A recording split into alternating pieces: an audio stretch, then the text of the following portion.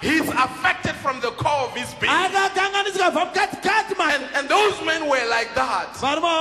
They cried until they decided that now we must stone David. His closest cycle turned their back on him. All right. They blamed him. And David was alone in Ziklag. Some of you may be sitting there. You may be feeling alone in your Ziklag. You may be going through pain that you couldn't even tell the person next to you. Your family doesn't know what you are going through. Maybe your pastor doesn't know what you are going through. You are alone in Ziklag. You are discouraged. You have moved from battle to battle. You have moved from this sickness to that sickness. You have moved from that conflict to that conflict. From that loss to that loss. Until you don't have the strength to tell anybody. And you feel like you are alone in Ziklag. That's how David felt. The people that he thought would help him, they couldn't help him. And let me tell you this. There will be times where this church may not encourage you. There will be a time where this pastor may not encourage you. And you will be alone. Because everyone has got their moments of Ziklag.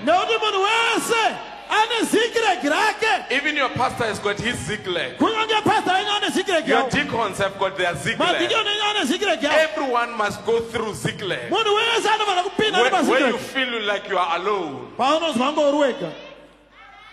But while David was there, he took a walk away from the crowd. Sometimes you've got to take a walk away from everybody. He took a walk from everybody. And he found himself a spot, discouraged. Now he remembered.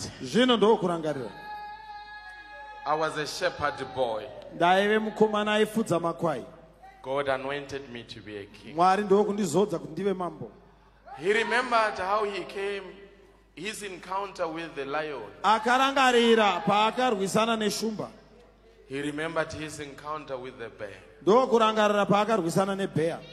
He remembered his encounter with Goliath. Do you remember your victories?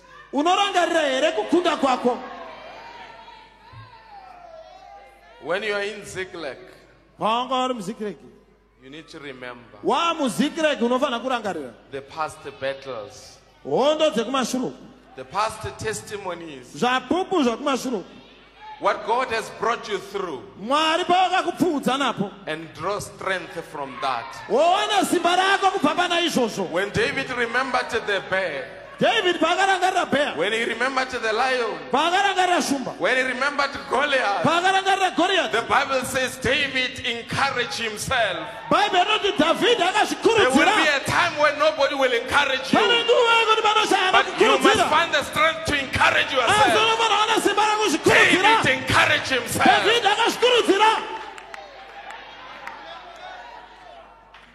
And went to Abiathar and say, bring me the ephod.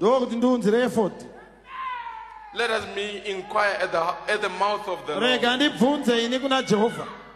What must be done? And he inquired from the mouth of the Lord, must I go after the enemy? Must I go after the enemy? God is looking for the people that will not give up. When the enemy has taken everything else, but they are still saying, can I go after the enemy? I can't give up on my children. I can't give up on my health. I can't give up on my condition. Must I go after the enemy?